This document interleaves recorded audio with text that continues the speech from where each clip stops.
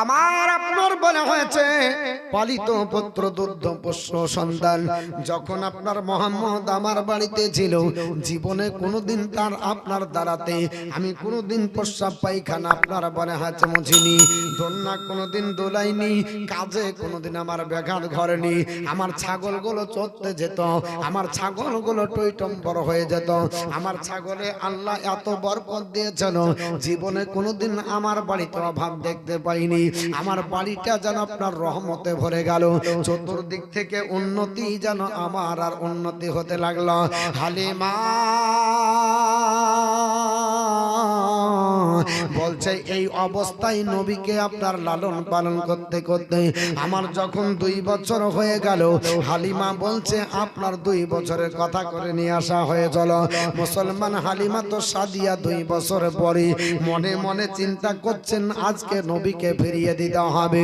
আমিনার কোলে যখন ফিরিয়ে দেব আমার রহমাতাল লিল আলামিন বুক থেকে চলে যাবে, আমার বাড়ি থেকে রহমত চলে গেলে আমি আপনার বলে হাতে তিম হয়ে যাব।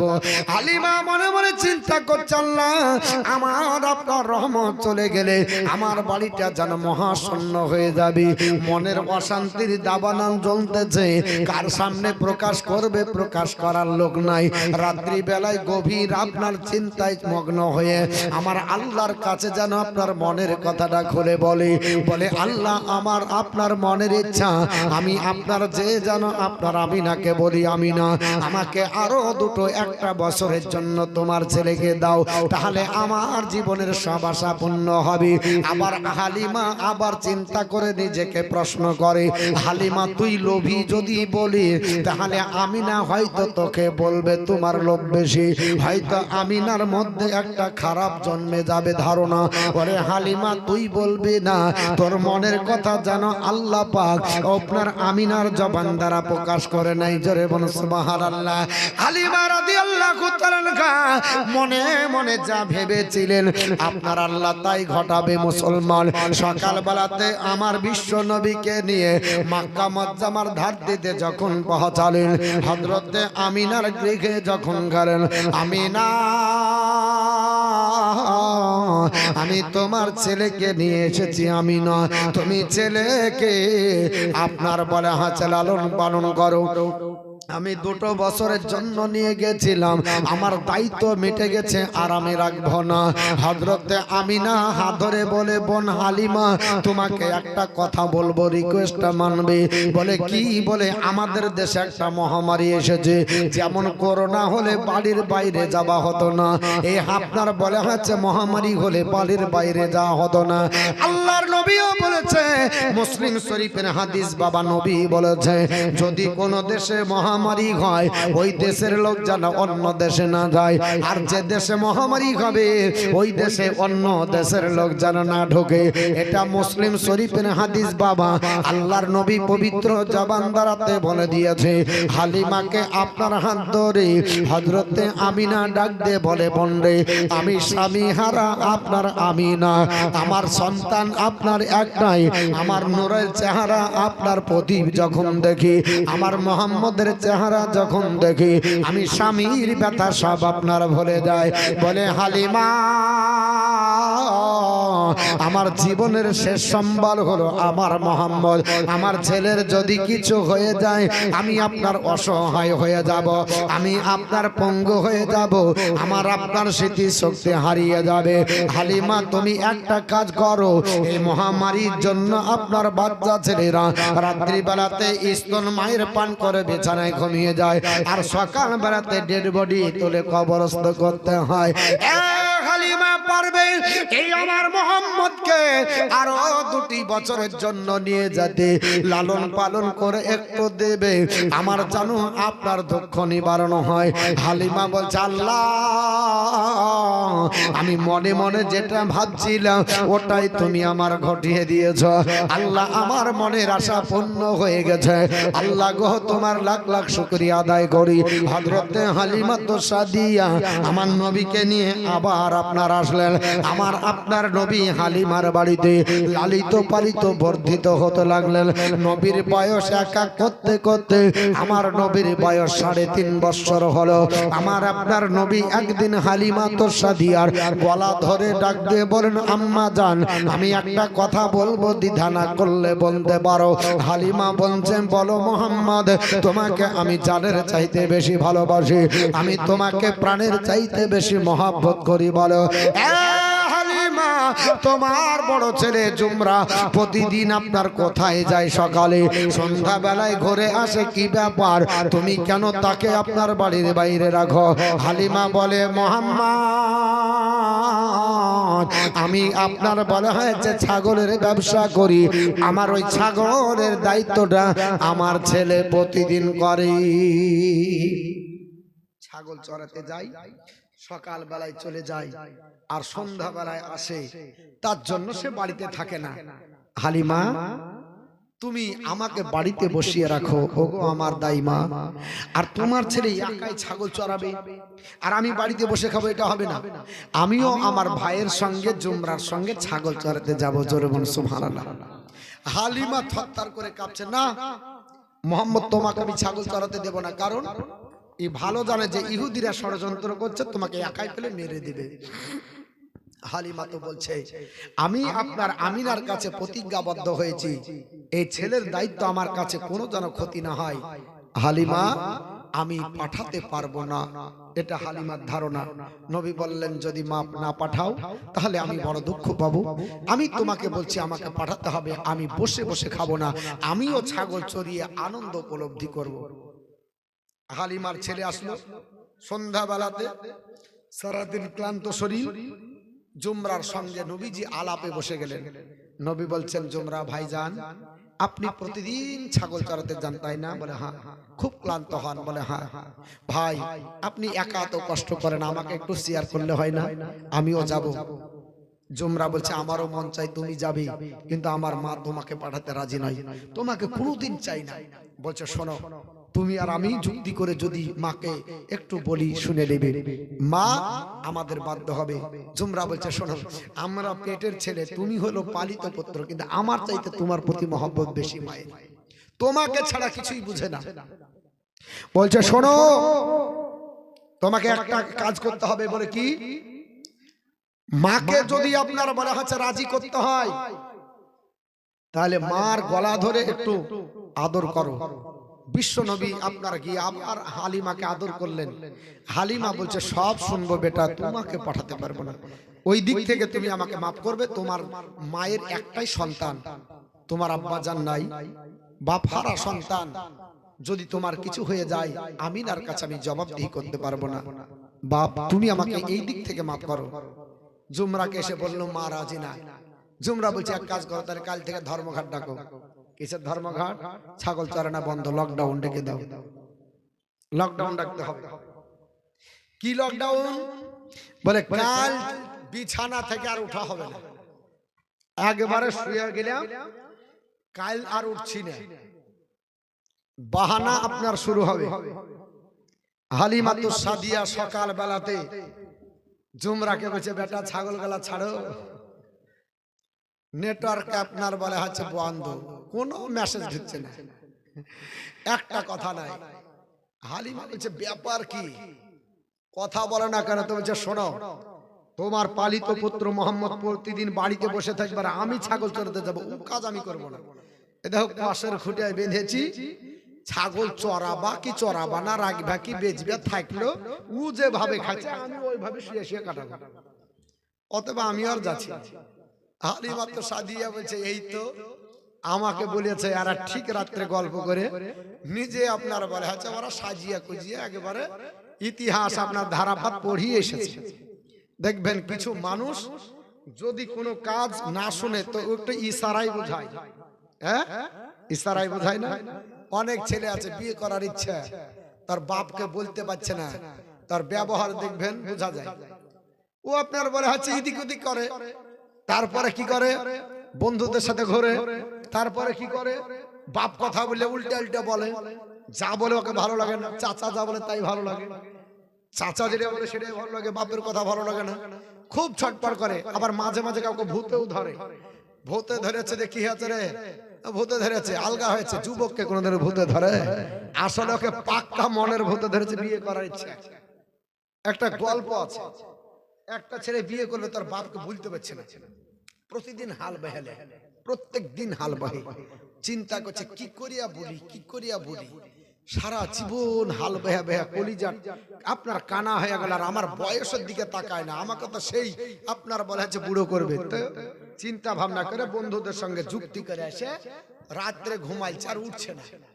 সকাল বেলায় গরুকে চারা দিয়ে আর বাপ বলছে, বেটা ও বেটা, হাল বাহিতে যাবা না? তো জোর করে বেছে না, চিল্লায় না বেশি, খুব আপনার হুঁশিয়ার। আর বাপ বলছে কি হয়েছে রে? ও বলছে তোমার তো হুঁশ নাই, হাল বাহিতে গেলে পায়ের কি অবস্থা হয় জানো তো? আগে আপনার বলে হচ্ছে হাল বাহিতে গেলে কাতি মাসে পায়ের আপনার কি হতো, পাটের খোঁজ লাগতো। এখন আর তার হাল নাই, ট্রাক্টরে যত বড়ই খোঁজ হোক সব আপনার গুটিয়ে দিবে। তো আপনার বলে হচ্ছে লেগেছে হয়তো। মা বলছে তাই যে বেটা আমার সারা জীবন ধরে হাল বাহি, আর তুমি শুধু আপনার বলে হচ্ছে সকাল বেলায় গরুকে চারা দিয়ে হুড়িয়ে তুলে পাঠিয়ে দাও, হতে পারে ছেলেকে আর রেস্ট দাও। বাপ বলছে হতেও পারে, রেস্ট দিয়েছে। তারপরের দিন আবার গরুকে চারা দিয়ে তৈয়ার করে নামাজ পড়ে এসে বলছে, বেটা ও বেটা যাও আজকে। এখন আবার ওই একই ভাষা জিজ্ঞেস করছে কি হয়েছে রে? তো বলছে কি আজকে হাঁটুতে লাগছে, পা থেকে হাঁটুতে ব্যথা উঠলো। হতেও পারে পায়ের বিষ হাঁটুতে, অনেক সময় হাত কাটলে কি হয় বাঘি উঠে না, বা আপনার হতে পারে। মা বলছে তাই যে হতেই পারে, দুপান ওষুধ দাও, হইলো। আবার তারপর দিন দিচ্ছে ওই গরুকে রেডি করে, আবার বলছে যা, তখন বলছে আজ মাজাই লাগছে। করতে করতে 4 দিনকার দিন বলছে বুকে লাগছে। আর বাপ বলছে হ্যাঁ রে, তোর প্রথম দিন পায়ে খুঁজ লাগলো, দ্বিতীয় দিন তোর পায়ে আপনার হাঁটুতে ব্যথা হলো, আর তৃতীয় দিন তোর কোমরে, আজ বুকে, তোর ব্যাপার কি, বিয়ে করবে নাকি? তো বলছে তোমাকে মারা করেছি নাকি? বলতে তো পারছে না, বলছে তোমাকে মানা করেছি নাকি? তো বাপ এরকম আপনার আকার ইঙ্গিতে অনেক কিছু হয়, আপনার ভাষায় প্রকাশ না করলে ব্যবহারে বোঝা যায়। এরকম আপনার বলা হয়েছে অনেক, আপনার বলা হয়েছে বানাওয়াট গল্প পাওয়া যায়। তো বাপ আল্লাহ রাসূল সাল্লাল্লাহু আলাইহি ওয়াসাল্লামের আপনার বলা হয়েছে সঙ্গে ছাগল চড়াতে যাবে, রাজি হলো তোমরা যখনই এক নিয়ে যাবে। কিন্তু আমার মোহাম্মদ খুব সুন্দর চেহারার অধিকারী, পূর্ণিমার চাঁদ অপেক্ষা সুন্দর। আমি জীবনে কোনোদিন তাকে ছায়া, রোদের ওপরে ছায়া পড়তে দেখিনি, নবীর কোনোদিন ছায়া পড়েনি। অনেক হাদিস আছে, বলার সময় নাই, আমি একটু আগিয়ে যাই।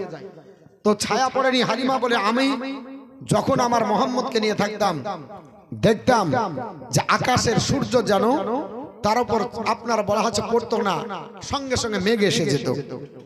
তো বেটা যখন ফাঁকা ময়দানে যাবি, যদি রোদের কিরণ লাগে এবং পিপাসা লাগলে কি দিবে, খাওয়াবে কোথায়, বসাবে কোথায়? হালিমার ছেলে জুমরা যেটা বলেছিল আপনার গজলের ছন্দে কবিতায় বলছে, মা তোর মস্ত ভাগে দে না মাগ সঙ্গে নিয়ে যা, আরে মোদের সাথে মেশি চড়াতে মাগো জঙ্গলে ভাই নাই। মা তোর মস্ত ভাগে দে না মাগো সঙ্গে নিয়ে যায়, আর মোদের সাথে মেশি চড়াতে মাগো জঙ্গলে ভাই নাই। খেতে দেব খরমা খেজুর খোদা যদি পায়, আর ধুমবার দুধ দুহে মাগো দিব পিপাসায়। মা তোর মস্ত ভাগে দে না মাগো সঙ্গে নিয়ে যায়, আর মোদের সাথে মেষ চড়াতে মাগো জঙ্গলে ভাই নাই। বাবলা বানারে ছায়ার তরে বসতে দেব ঘিরে, আর খেজুর পাতার তাজ বানিয়ে মাগো পরিয়ে দে বসিরে। আর সে যে মোদের বাদশা সেজে, আরে সে যে মোদের বাদশা হয় মাগো করবে মা বাদশা, মা মাতর মোস্তফাকে দেন মাগো সঙ্গে নিয়ে যায় আর মোদের সাথে মেশে চড়াতে মাগো জঙ্গলে ভয় নাই মাতর মোস্তফাকে দেন মাগো সঙ্গে নিয়ে যায়। তো ভাই 10টা চেয়েছিলাম 2000 করে হয়েছে ওই 6টায় মেয়েদের 11টা হচ্ছে 500 করে আর 9টা কে লেসবে জান আবা ঘরে। আরে গাছে আম যতই পাকা ঝরো আধ ঘন্টা পর আবার লড়াবেন আবার পাবেন নাকি সময় যত যাবে তত আপনার গলবে মন আপনার বলা হয়েছে ইচ্ছা করবে চাহিদা হবে। তো 11 জন হয়েছে মা বোনদের ভিতরে 500 টাকা ইনশাল্লাহ আপনাদের ভিতরে আপনার 20 জন হবে এটা আমার বিশ্বাস। কারণ যেখানে যাই চাহি মানুষ সাড়া দেয় মা বোনরা সাড়া দেয় আপনারাও দিবেন। আর 4 জন ব্যক্তি একটু চট জলদি দেন না মাত্র 4 জন 500 টাকা 2000 করে একটু নিয়ে দোয়া করবো আবার আবার আপনার বক্তৃতা আগাবো একটু একটু করে বলবো আর আপনারা আগাবো আপনারা দিতে থাকেন আর আমিও বলতে থাকি কারণ কুছ পানে কে লিয়ে কুছ খনায় পড়েগা তাই না কিছু পাওয়ার জন্য কিছু দিতে হবে। আর আমি যদি শুধু চেয়ে যাই তাহলে বক্তৃতা আগানো যাবে না এর জন্য আমিও বলতে থাকবো আর আপনারা দিতে থাকবেন। মসজিদের উন্নতি কল্পে যেহেতু জালসা আমি অনেক জায়গাতে আদায় করতে যাই না কেন আদায় করতে গেলে বক্তৃতার আপনার ঘাটতি হয় কিন্তু আগেই বলেছি যেহেতু মানে জীবনী জালসা আর আমি ছাড়া আদায়ের বক্তা তো আর লেইনি এর জন্য আমাকে সব করতে হবে মানে হাল বাহিতে হবে আমাকে চাষ দিতে হবে আমাকে লাস্টে ধান পুঁতিয়া কেটে মেরে আপনাকে চাল করে বাড়িতে রান্না করে খাইয়ে যেতে হবে অনেক কিছু দায়িত্ব দিয়েছে কমিটির লোক অতএব এই সমস্ত দায়িত্বগুলো পালন করতে হবে। তার জন্য আগে বেশি বাড়তে পারছি না তবে আপনারা যদি সাড়া দেন আপনারা যদি নিজের চাহিদা বাড়ান যে না আপনি হুজুর বলতে থাকেন আর আমরা দিতে থাকি তাহলে আমার ব্রেক হবে না আমি আপনাদের কাছে বলতে থাকবো আর বক্তৃতা চলতে থাকবে। একটু আপনার বলা আছে আর 4 জন ব্যক্তি মাত্র 500 টাকা করে যারা ব্যাজবালা কই দেখি কমিটির ছেলেরা একটু তাড়াতাড়ি আসেন এবং আমার আব্বাজান ভাইজানরা যারা আপনার বলা আছে আল্লাহর ঘর মসজিদকে দিব বলে বাড়ি নিয়ত করেছে বাড়ি থেকে আমি আপনাদের বলি একটু তাড়াতাড়ি আসুন আল্লাহর ঘরে দিবেন কমে যাবে না। আল্লাহর নবী বলেন যে যদি কোন আল্লাহর বান্দা দান করে তার কমে না আল্লাহ আয়ুন্নত বরকত দেয়। আমার আল্লাহ কোরআনে বলেছে আমার রাস্তায় 1 টাকা দাও আমি আল্লাহ 700 টাকা দিব জোরে বলো সুবহানাল্লাহ। আল্লাহ 700 দেবে অতএব আপনার কমে যাবে না আপনার নষ্ট হবে না পানিতে পড়বে না। তাহলে এই দান আপনাকে দিতে হবে আমাকে দিতে হবে।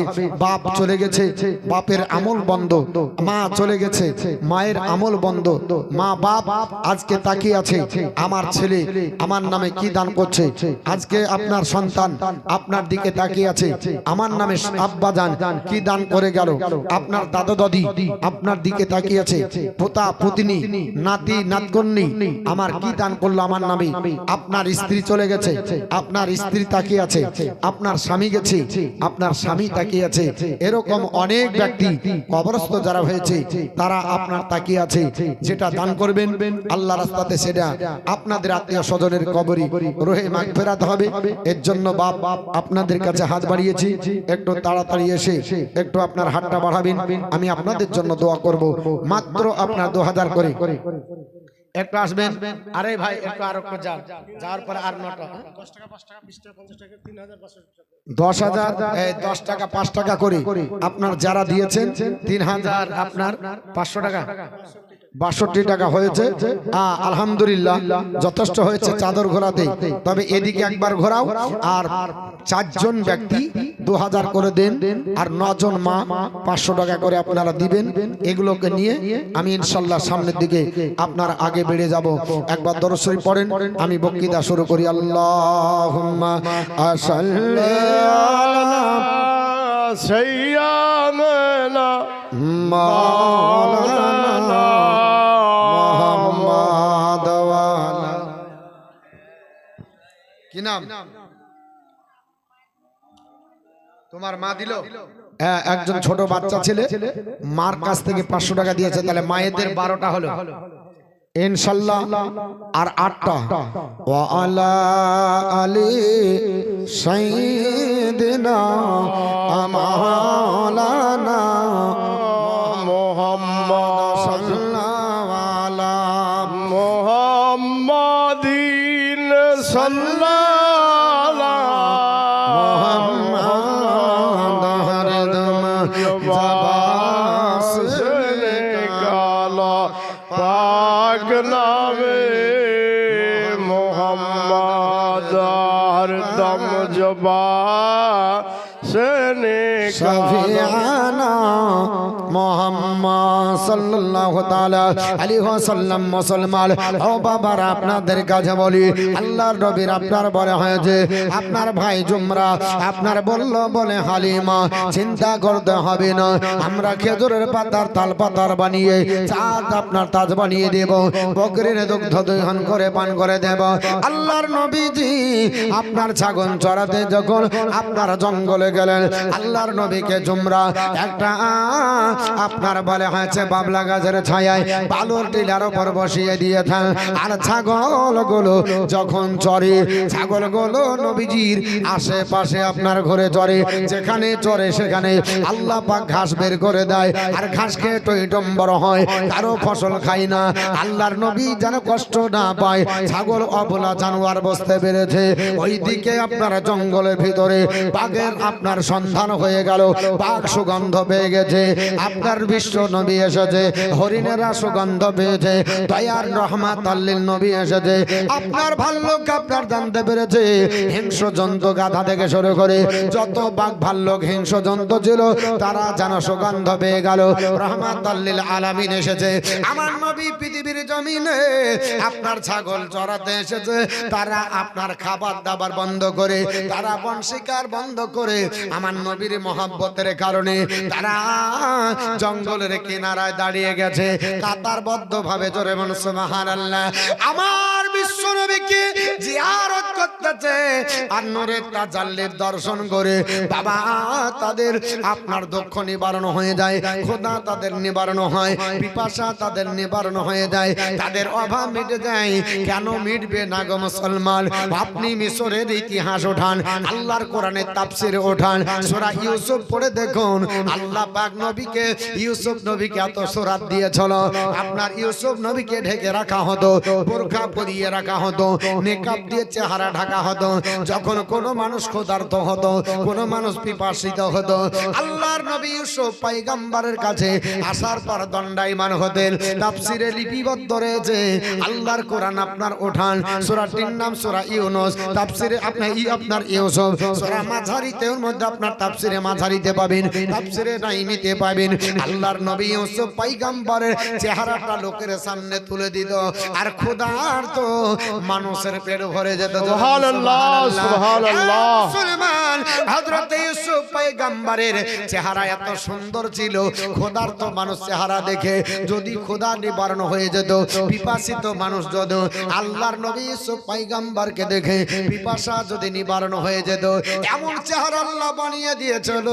প্রতিযোগিতা করে তো মিশরের নারীরা যখন আপনার জুলাইখাকে বলেছিল, জুলাইখা এত পাগল হয়ে গেলে একটা সামান্য বাড়ির ছেলেকে দেখে, আপনার একটা সামান্য আপনার বলা হয়েছে তোমার বাড়ির আপনার নিজের পালিত ছেলে, আপনার তার ভাষাতে খাদিম বলা হয়েছে, তার ভাষাতে আপনার বলা হয়েছে আপনার গোলাম বলা হয়েছে, কিন্তু কোরআনে তাকে বলেনি।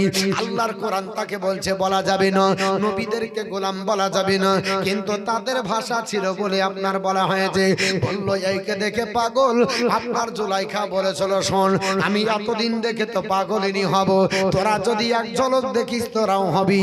প্রতিযোগিতা করলো বলে ঠিক আছে, সব আপনার নারীকে একটা করে লেবু আর চাকু দেওয়ার পরে ইউসুফ নবীকে নিয়ে আসার পরে মেয়েদেরকে কাতারবদ্ধ ভাবে বললো রেডি হ, আর আমার ইউসুফকে তোরা দেখবি। দেখে বলেছে আমি বলবো কাট। ইউসুফ নবীর চেহারা আপনার ওপেন করে বলছে এবার তোমরা আপনার লেবু কাটো। ও মুসলমান, তাফসীরে লেখা আছে আল্লাহর নবী ইউসুফ নবীর চেহারা দেখতে দেখতে মহিলারা আপনার লেবু কেটেছে। কখন লেবু কাটা হয়ে গেছে বুঝতে পারেনি। কেউ এক আঙ্গুল কেটেছে, কেউ দুটো আঙ্গুল কেটেছে, কেউ তিনটা, কেউ চারটা, কেউ আপনার গোটা হাতের তালু কেটে নামিয়ে দিয়েছে, বুঝতে পারেনি। যখন আপনার ইউসুফ নবীর চেহারা ঢেকে দেওয়ার পরে ইশারা করে বলছে তোমাদের হাতের দিকে তাকাও। সবাই অবাক হয়ে গেল। মহিলারা বলল কি ব্যাপার, আমরা হাত কেটেছি নিজে বুঝতে পারলাম না। ওগো মুসলমান, বলার উদ্দেশ্য হলো পৃথিবীর যদি আপনার বলা হচ্ছে রূপের বাদশা আমার আল্লাহ পাক ইউসুফ নবীকে এই চেহারা দিয়ে যদি আপনার মিশরের নারীরা হাত কাটে বুঝতে না পারে, মা হযরতে আয়েশা বলেন ও জগৎবাসীরা শুনে রেখে দাও, আমার আল্লাহ পাক আমার নবীকে এত সুরাত দিয়েছিল, এত চেহারা দিয়েছিল, নবীর সুরাত যদি কেউ দেখতে পেত, মিশরের নারীরা ইউসুফ নবীর চেহারা দেখে হাত কেটেছিল, আমার নবীর চেহারা দেখলে কলিজা কেটে দিত। জোরে বলুন সুবহানাল্লাহ, সুবহানাল্লাহ। জগৎবাসীরা আমার নবী এত সুন্দর, আমার বাড়িতে নবী আমার থাকতেন, নবী মুখকে হাসি দিতেন, আমার অন্ধকার ঘর গোটা নূরে ভরে যেত। আমি একদিনের ঘটনা, আমার আপনার বাড়িতে আপনারা বলা হয়েছে ওই আমি সেলাই করতেছিলাম গাধা, আমার গাধার আপনার সেলাই করতে করতে আমার সুইটা হারিয়ে গেল, অন্ধকারে খুঁজে পাই না। আমার বিশ্ব রাসূল আসার পরে জিজ্ঞাসা করলো আপনার ওই অবস্থায় আপনার বৈশ্য নবী যখন প্রবেশ করেছে, খাসাইসুল কুবরার হাদিস বাবা আমার আয়েশাতুল হুমায়রা বলে জগৎবাসী আমি চিন্তায় চিন্তিত, নবী আপনার যখন ঢুকলো, নবী একটা মুচকি হাসি দিয়ে বলে আয়েশা কি হারিয়েছে, যেমনি বলেছে আপনার দুই দাঁতের ফাঁকের আঙ্গুল দিয়ে আপনার ভিতর দিয়ে এত হ্যালোজেনের মতো আলো বের হলো, আমার গোটা গোটা আলোয় আলোকিত হয়ে গেল, আর নবীর নূরে আমার হারানো সুইসুতা পেয়ে গেলাম। সুবহানাল্লাহ। এ মুসলমান, নবীর চেহারা দেখে আপনার পশু পাখি আপনার ক্ষুধা নিবারণ করে, বাঘ আপনার চাহিদা ওই শিকারের মিটে যায়, ভাল্লুকের শিকারের চাহিদা মিটে যায়, পিপাসা নিবারণের চাহিদা মিটে যায়।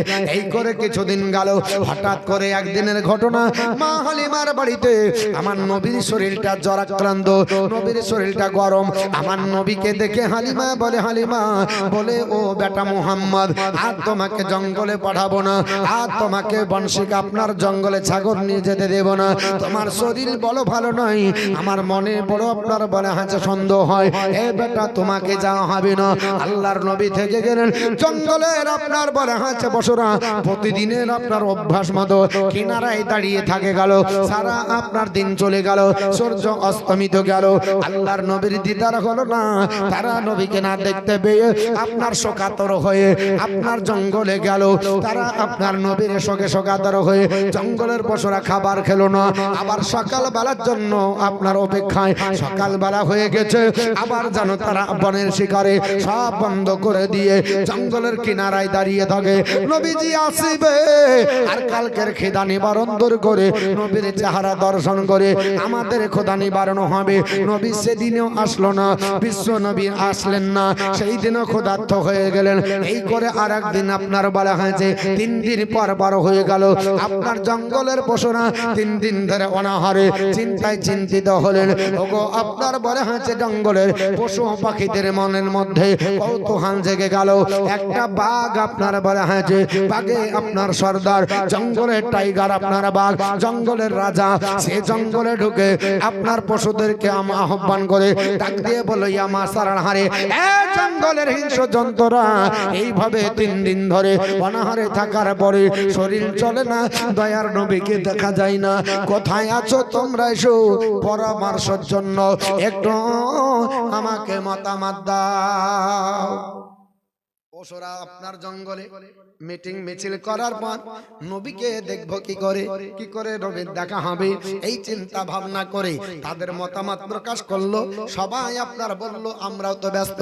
একজনা আপনার বলা হয়েছে ওই আপনার ভিতরে একটা বাঘ বলল শোনো, হালিমার একটা হিষ্টপিষ্ট ছাগল আছে, বলিষ্ঠ ছাগল আছে, যে ছাগলটাকে নিয়ে হালিমার স্বপ্ন দেখে, এটাকে লালন পালন করবে, এটাকে বড় করবে, এটাকে বিক্রি করে অনেক স্বপ্নার কিছু হবে, এই স্বপ্ন ভেঙে দিতে হবে, ছাগলটাকে ধরে বন্দি করতে হবে। নিশ্চয়ই নবী ছাগল ছাড়ানোর বাহানায় জঙ্গলে চলে আসবে। আর 3 দিনের আপনার বলা হয়েছে না দেখার ব্যথা সব আমরা একবার দেখে মিটিয়ে নিয়ে কলেজা ঠান্ডা করব, এই চিন্তা ভাবনা নিয়ে ছাগল আপনার বলা হয়েছে জুমরা জড়াই কাপ করে আপনার বলা হয়েছে একটা ছাগল আপনার হৃষ্টপুষ্ট ওই বলিষ্ঠ ছাগলটাকে আপনার বাঘ ধরে নিয়ে চলে গেল। আপনার খেলো না মুসলমান, বাঘ আপনার খেতে পাবে না। বাঘের জন্য আল্লাহ পাক হযরতে হালিমার বাড়ির ছাগলকে খাওয়া হারাম করেছে। সুবহানাল্লাহ। খেতে পাবে না, ছাগল ধরে নিয়ে গেছে হালিমা তো সাদিয়া। ছাগল যখন ধরে নিয়ে গেল, জুমরা চিন্তায় চিন্তিত, মার কাছে কি জবাব দিব। আগে আপনারা আমরা ছোটবেলায় দেখেছি ছাগল চড়াতো, গরু চড়াতো নাকি, এখন ছাগল গরু আর চড়ানোর লোক নাই। আর মাঠ রাখাল থাকতো, কাকে বলতো মাঠ রাখা। একজন লোককে গোটা গ্রামের মানুষ পাঞ্জা দিত যে তুমি থাকো জোগাবে, কেউ যেন ফসল না খায়, গম ধান ইটা সিটা। তো মাঠ রাখাল যদি ধরে লেয় ওই ছেলেটা কান্না করতো, মানে এদিকে ছাগলের অত্যাচার পুড়ে আছে, তারপর ছাগল ধরেছে, তারপরে মায়ের কাছে গেলে আবার কুটনি খাবে। কেন কি করছিলি, তোকে পাঠালছি কি করতে, কি করে ধরলো, এক অত্যাচার। হালিমার আপনার ছেলে চোখের পানি ছেড়ে কাঁদে, মা আমাকে মারবে, মা আমাকে প্রহার করবে, কি করে মায়ের কাছে যাব, চিন্তায় চিন্তিত। কিন্তু যদি না যাই, ছাগল খেয়ে নিয়েছে, জবাবদিহি করা যাবে না। সন্ধ্যায় আপনার এক পা দুপা করে হালিমার ছেলে জুমরা গেল। হালিমার দরজার কাছে আর ঢোকে না, ছাগল না বাঁধে ফেটে কান্না করে। হালিমা আপনার বেরিয়ে আসলো, বললো বেটা কাঁদো কেন, বলে আম্মা জান আমাদের সেই হিষ্টপিষ্ট বলিষ্ঠ ছাগলটাকে আজ আপনার বাগে খেয়ে নিয়েছে। হালিমা তো সাদিয়া বলল, ওগো স্বামী হারি, আর ছাগল যদি বাগে খেয়ে নেয় আমাদের স্বপ্নটা আর পূর্ণ হবে না, ওটাই আমাদের আশা। চলেন তাড়াতাড়ি যাই, ছাগলকে ছুটিয়ে আনতে হবে। এই বলে আপনার দৌড়াতে আরম্ভ করবে। আল্লাহর নবী জানতে পারলো বিশ্ব নবী হুজরা মুবারকে ঘুম আরাম করে। আমার নবী বলছে না না, আমি যে বাড়িতে থাকবো হালিমা আর তোমার ছাগল খাবে, এটা বাঘের সাহস আমার আল্লাহ দেয়নি। এই হালিমা কোথায় যাবে বলে আমার ছাগল খেয়েছে। হালিমা ওগো জননী, তুমি একটু বাড়িতে বসো, ছাগল খাবে, বাঘের কোনোদিন স্পর্ধা হতে পারে না। আমার ছাগলকে আল্লাহ বাঘকে পাহারাদার বানিয়েছে। হালিমা বলে বেটা মুহাম্মদ তুমি যাবে না, কারণ তুমি হলে আমার আপনার আদরের সন্তান, তোমাকে জান থেকে বেশি ভালোবাসি, অতএব তুমি জ্বরাক্রান্ত শরীরে যাবে না। আমার নবী বললেন না মা হালিমা, তোমাদের দ্বারা ছাগল উদ্ধার হবে না। নবী দৌড়তে লাগলেন, হালিমা বলে পলকের মধ্যে তিনি হারিয়ে গেলেন। আমরা ধরতে পারলাম না, কোন দিক দিয়ে গেল বুঝতে পারলাম না। দ্রুত গতিতে বিশ্ব নবী জঙ্গলে আসে ঢুকে পাহাড়ের উপর দাঁড়িয়ে গেলেন। পাহাড়ের চূড়ায় দাঁড়িয়ে বলছে, ওরে বন জঙ্গলের হিংস্র জন্তু বাঘ ভাল্লুক, ওরে আপনার বারে হয়েছে হিংস্র জন্তু গাধা থেকে শুরু করে তোরা যারা মিটিং মিছিল করে আমার আপনার বারে হয়েছে হালিমার ছাগল ধরেছিস কোথায় বল। এই বলতে নাই আপনার বাঘের কাতারে বাঘ বলা বলি করতে লাগলো। ও আপনার বাঘ শোনো, আল্লাহর নবী ডেকেছে চলো। ভাল্লুকের কাতারে ভাল্লো বলা বলি করতে লাগলো চলো। দয়ার নবী ডেকেছে, যদি নবী নারাজ হয়ে যায় আল্লাহর দরবারে জবাবদিহি করা যাবে না। বাঘের কাতারে বাঘ আসতে লাগলো, ভাল্লুকের কাতারে ভাল্লুক, গাধার কাতারে গাধা, আপনার হিংস্র জন্তু মহিষের কাতারে মহিষ, এইরকম সবাই আপনার বলা আছে কাতারবদ্ধ ভাবে আসে।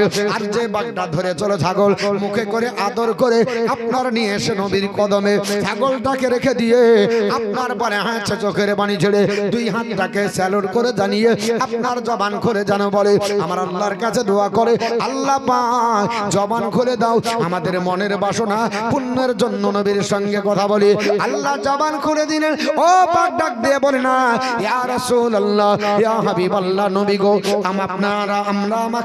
আপনি আমাদেরকে ক্ষমা করবেন, আমরা বাঘা, আমরা বাঘ, আল্লাহ পাক আমাদের টাইগার বানিয়েছে, জঙ্গলের আমরা রাজা, আমরা ছাগল খাই, আমরা গরু খাই, আমরা মহিষ খাই, হরিণ খাই, যাকে পাই তাকে ধরে খাই, মানুষ আপনার পালে ছেড়ে দিই না, পৃথিবীর জমিনে ইয়া রাসূলুল্লাহ সব ধরে খাই, কিন্তু ইয়া রাসূলুল্লাহ আপনার ছাগলকে খাওয়া আমাদের জন্য হারাম, ছাগল যদি খেতাম এতক্ষণ সব শেষ হয়ে যেত। ওগো আল্লাহর হাবিব, আমরা খেতে পারবো না, তবে কেন ধরেছিলে? বাঘ বলে, ইয়া রাসূলুল্লাহ আপনি যেদিন থেকে এই জঙ্গলে ছাগল নিয়ে আসেন, আপনার নূরানি চেহারা আমরা দর্শন করে আমাদের পিপাসা নিবারণ হয়, ক্ষুধা নিবারণ হয়, শিকার বন্ধ করে আপনাকে দেখতে থাকি, কিন্তু 3 দিন না আসার কারণে 3 দিন ধরে ক্ষুধার্ত পিপাসায় আমরা কাতর, তাই যুক্তি করে আপনাকে দেখার বাহানায় ছাগল ধরেছি।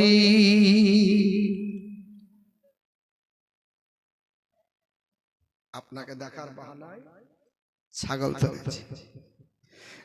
নবী গো ডাকো মদিনা, মাদানী মদিনার আকা, নবী গো ডাকো মদিনা, মাদানী মদিনার আকা, আমায়ার দূর রেখো না, মাদানী মদিনার আকা। হালিমার তোমার ওই দেখার তার, হালিমার ছাগল নিল বাঘ, আরে তোমার ওই দেখার তার, হালিমার ছাগল নিল বাঘ, তোমার ওই দেখার বাহানা, তোমার ওই দেখার বাহানা, মাদানী মদিনার আকা, নবী গো ডাকো মদিনা, মাদানী মদিনার আকা। অনেক আপনার কথা তো ছাগল নবীজি আপনার নিয়ে হালিমার কাছে এসে অবাক। বন্ধুগণ, আরো অনেক ঘটনা আছে বলবো, তবে এই যে 2000 পূর্ণ হয়নি, হ্যাঁ পূর্ণ হয়েছে, দিচ্ছেন না, আগেই বলেছি আপনারা দিতে থাকেন, আমিও দিতে থাকি, তা আমি বলে যাচ্ছি কিন্তু আপনারা দিচ্ছেন না। 2000 টাকা করে বলেছিলাম না, এই 2000 করে আর 4টা লাগবে, তো যদি না পারেন 1000 করে দেন। 1000 টাকা দেওয়ার মতো কেউ আছে? কোন আল্লাহর বান্দা বান্দি একটা হাতটা উঠাবেন? কে? 1000 দাগ নাম্বার, খতিয়ান নাম্বার বলে যান। আরে দাগ নাম্বার বলেন, আর শুনেন না, দাগ নাম্বার খতিয়ান নাম্বার বুঝেন না? আপনার নাম বলেন, বাপের নাম, পাড়ার নাম বলেন, কোন কে দিয়েছে কি করে বলবো?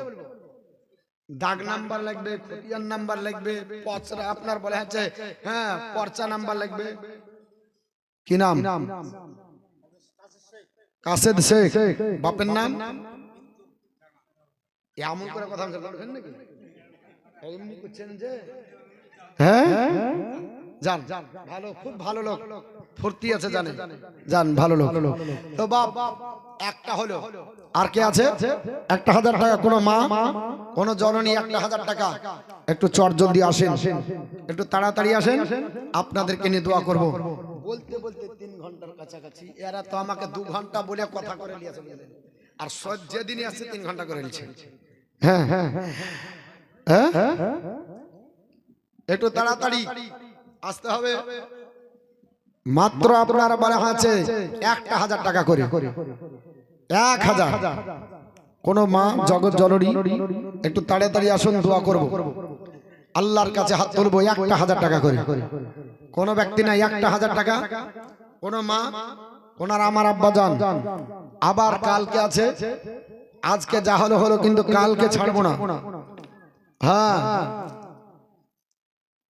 কালকে কিন্তু ছাড়া হবে না। আজকে তো অনেকেই দিয়েছেন, কিন্তু এখনো অনেক বাকি, 10% লোক দিয়েছেন খুব বেশি হলে, এখনো 7টা বাকি।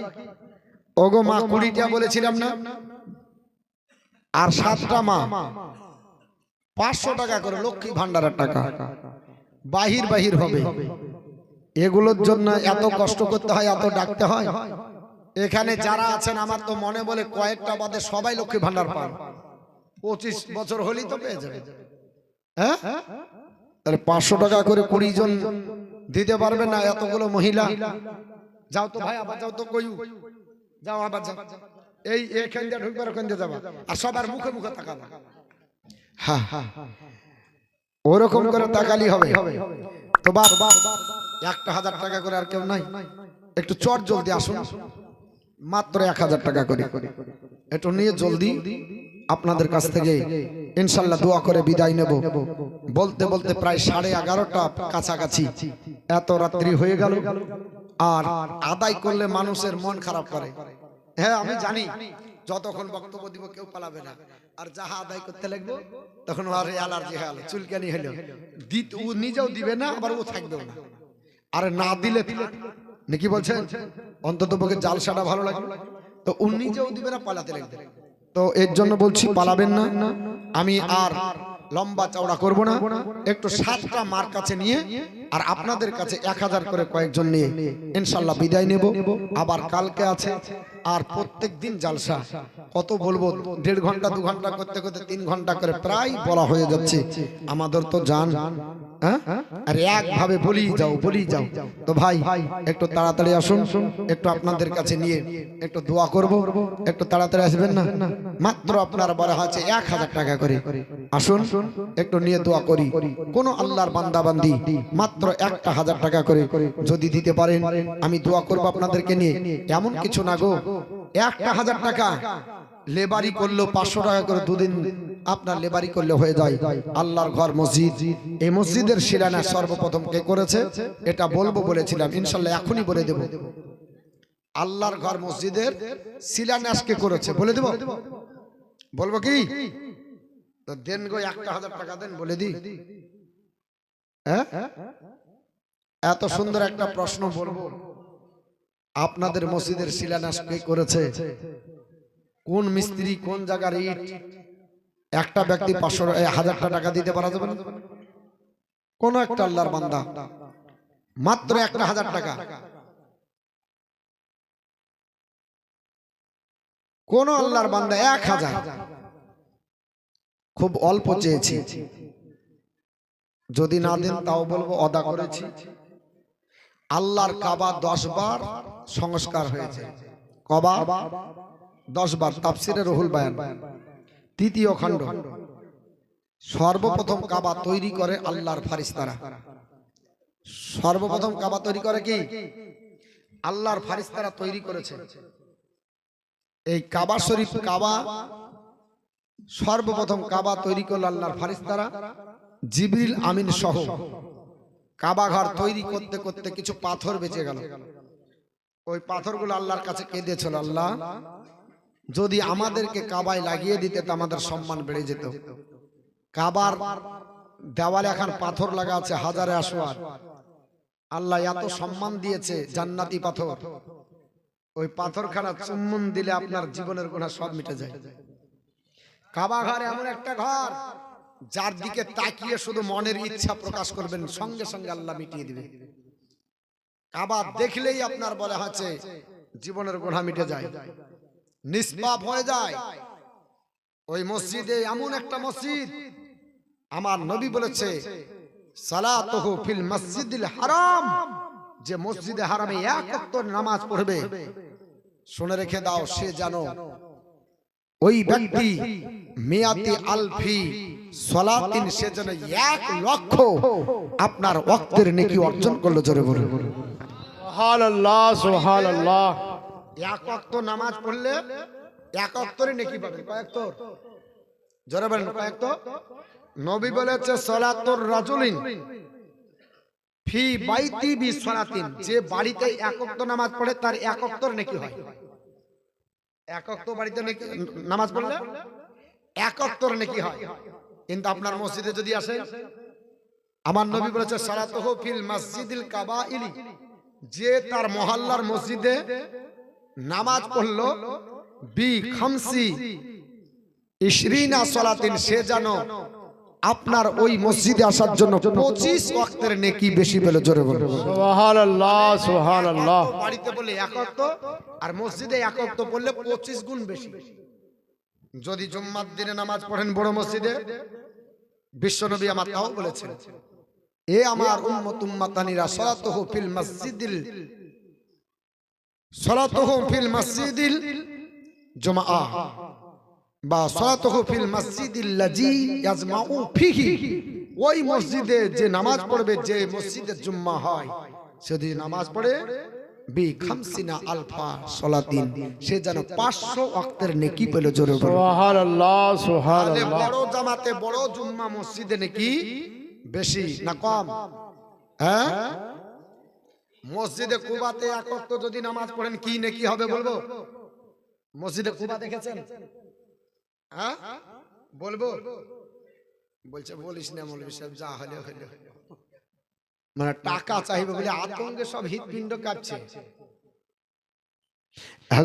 এত সুন্দর কথা বলছি, তারপরে 1000 টাকা আসলো না, 3টে ফ্রিতে বলে দিলেন।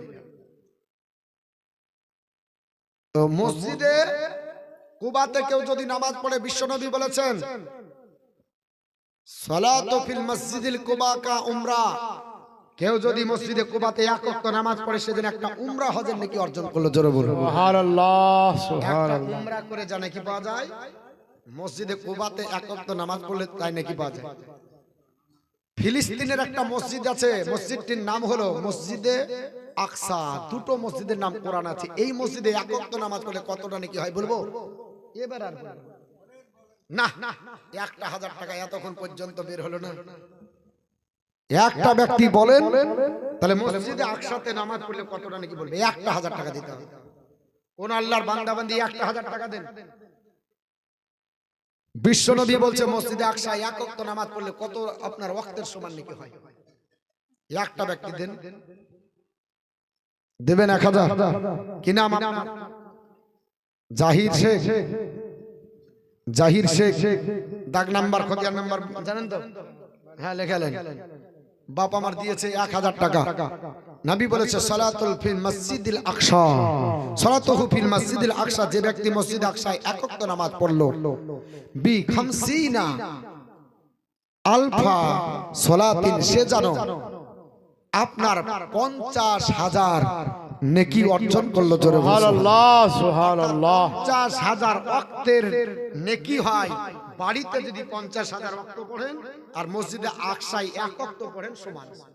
আতা মসজিদে নববীতে যদি এক ওয়াক্ত পড়েন, নবীর মসজিদে, ওটা বলবো? ওটাও বলে দিই। অনেক কিছু যখন বললাম ওই হাদিসটাও বলে দিই, তাহলে আরেকটা 1000 দেন। ফ্রি বলবো? আরেকটা 1000 টাকা দিয়ে দেন, ওটাও বলে দিই। কত নেকি হবে? মা বোন, আপনাদের ভিতরে 500 টাকা করে দিয়ে বলেছি 7 জন বোঝাতে হবে। শুনেন, বিশ্বনবী বলেছেন সালাতুহু ফিল মসজিদি, যে আমার মসজিদে নামাজ পড়বে এক ওয়াক্ত, তারও আপনার বি খামসিনা আলফি সালাতান, তারও আমার নামাতে আল্লাহ 50,000 নেকি দান করবে। জোরে বলুন সুবহানাল্লাহ। এই মসজিদে আপনার হারাম কাবা শরীফ সর্বপ্রথম তৈরি করে ফারিস্তা। পাথর বেঁচে গেল, আল্লাহর কাছে দোয়া করল, আল্লাহ কাবায় লেগে গেলে সম্মান বাড়িয়ে দিবে, আর যদি পড়ে থাকি ফুটবলের মতো গড়বো। আল্লাহ তুমি দোয়া কবুল করো। আল্লাহ দোয়া কবুল করলেন। আল্লাহ বললেন জিবরিল, এই পাথরগুলো আসমানের দিকে নিক্ষেপ করো। আল্লাহ নিক্ষেপ করে কি হবে? বলে নিক্ষেপ করা তোমার দায়িত্ব আর প্রতিষ্ঠিত করা আমার দায়িত্ব। নিক্ষেপ করলেন জিবরিল, আল্লাহর হুকুম হলো গোটা পাথর বিশ্বব্যাপী ছড়িয়ে গেল। যাবার পরে যেখানে একটা আল্লাহর হুকুমে পড়ে গেল, সেখানে আল্লাহ মসজিদ শিলান্যাস করে নিলেন। জোরে বলো সুবহানাল্লাহ। আপনাদের এই মসজিদের শিলান্যাস আল্লাহ পাকের হুকুমে জিবরিল আমিন করেছে কাবা শরীফের অবশিষ্ট পাথর দিয়ে। ভালো করে শুনেন। কোথায় আছে? তাফসিরে রুহুল বায়ান, পবিত্র কোরআন শরীফের তাফসির। এবং যত মসজিদ আছে সব মসজিদের শিলান্যাস কাবা শরীফের অবশিষ্ট পাথর দিয়ে, এবং আগামীতে যত মসজিদ হবে সেটাও প্রতিষ্ঠা আপনার শিলান্যাস করা আছে, আল্লাহর বান্দারা করবে। আপনি করেন আর না করেন, আল্লাহ যেহেতু শিলান্যাস করিয়ে নিয়েছে, কোন আল্লাহর বান্দা তৈরি হয়ে এই মসজিদের বাকি কাজ করবে, করবে না করবে না? জোরে বলো, করবে। অতএব আপনি আমি না দিলেও ইনশাল্লাহ হবে, চলছে চলবে। তো আর বাড়াচ্ছি না, কারণ 3 ঘন্টা পার হয়ে গেল বাপ, আমি আর আপনার সামনের দিকে যাব না। আমি চেষ্টা করছি যত ছোট করব, বেড়েই যাচ্ছে ইনশাল্লাহ। আজ তো আমি ভেবেছিলাম নবীজির আম্মা জানা পর্যন্ত পৌঁছাতে পারলাম না, যদি আবার কালকে শুরু করি ইনশাল্লাহ। আপনার খুঁটিয়া খুঁটিয়া বললে বলেছি যে যদি আপনার সিল্লা তুলেন তাহলে চাষ কেমন হবে ভালোই বুঝবেন, আর মাঝে মাঝে যদি সিল্লে আপনার বলা হয় দেন ঢাকা দেন, তাহলে 1 বিঘাতে 2 বিঘা করা যাবে। তো এইরকম ব্যাপার সব ধরে করলে আগানো যাবে না। 3 দিনে কতটুকু বলবেন, এইরকম আল্লাহ পাক আবার যদি কোনোদিন আর একটু বললে হবে না। 3 ঘন্টা হয়েছে বাপ আমার, না 1000 দিয়েছেন আপনি, যদি নাও দেন তাও আমি পারবো না। কেন?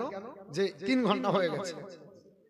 হ্যাঁ, অনেক নাম লিখে দেব, নাম তো লিখতেই হবে।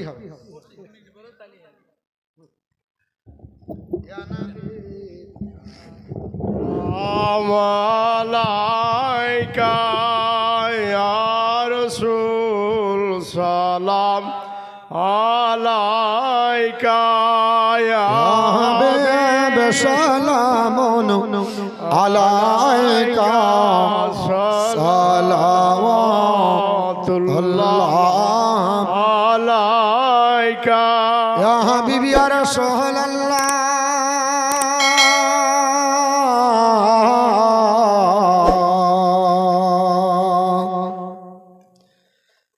বারোয় রবিউল আউয়ালে আসিলেন মায়ামে নার ঘরে, দরবারে 2 হাত তোলে নবী কান্দিলেন উম্মতি বলে ইয়া নবী সালাম আলাইকা ইয়া রাসূল সালাম আলাইকা